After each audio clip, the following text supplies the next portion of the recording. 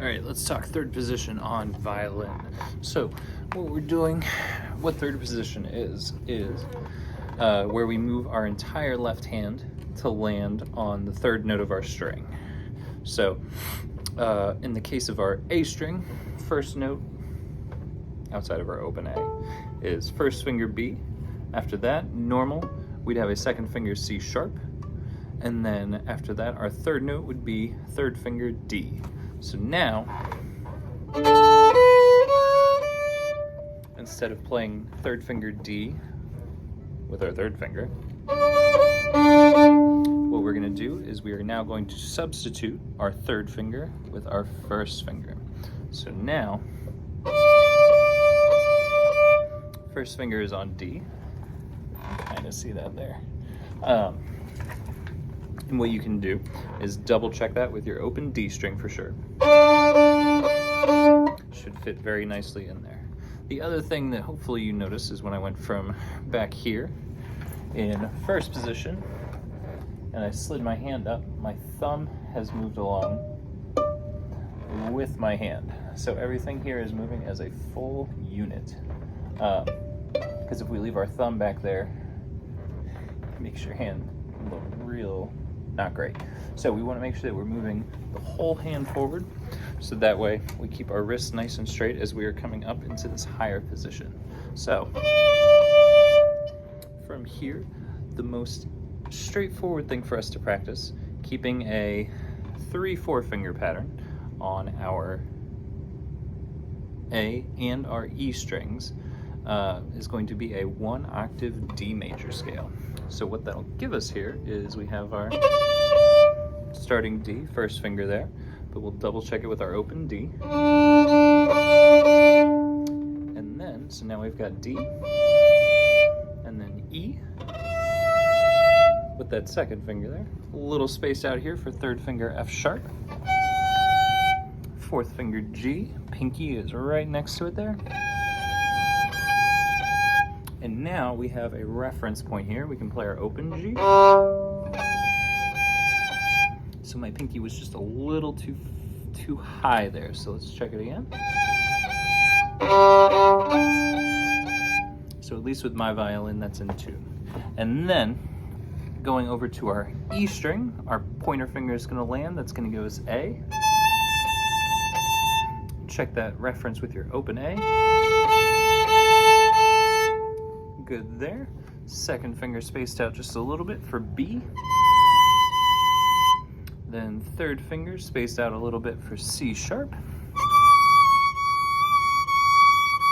Not too high, of course. And then pinky down to give us our high D. And reference again, of course, with our open D. So that landed pretty well, actually. So then we can work our way back down.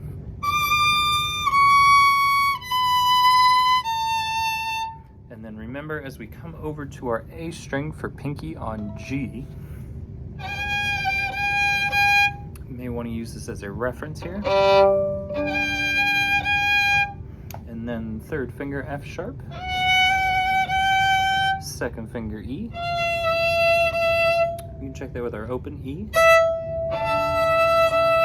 So my finger was a little too high up, but we're good now. And then first finger D. We confirm that against our open D string. So again, finding third position here, we're gonna have open A, first B, second C sharp, third D. And now we're gonna substitute our first finger in for our third finger. And then the other quick thing we could do is check our high D, pinky D, with our first finger D.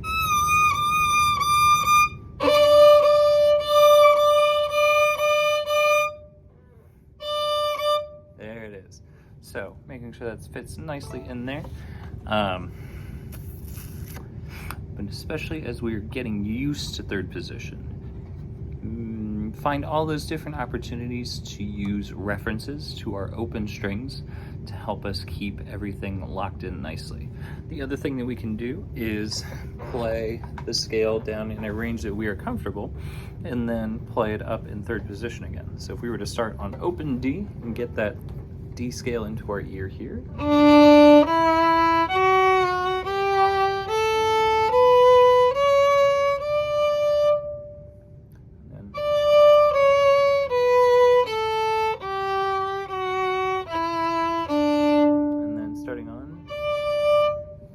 D here.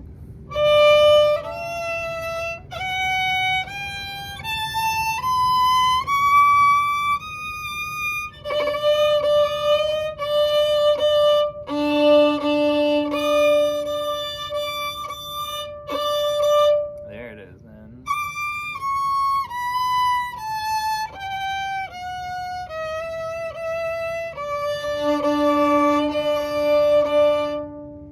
Great idea. I always find that going from first finger A on my E string over to pinky G on my A string is actually the hardest one to keep right in tune there. So just being aware of where you have your small little issues, and then really working on cleaning those up. The other thing for us to know is that as we move higher up position-wise on our instrument, so from B to C sharp here on our A string, we've got probably 1.5 inches of space. But then from B to C sharp here in third position on our E string, we're looking at maybe 1/3 of an inch. So everything gets closer as we get higher. So just being aware of that as you're going through will help keep everything a little more focused on your ear and on that finger pattern and placement.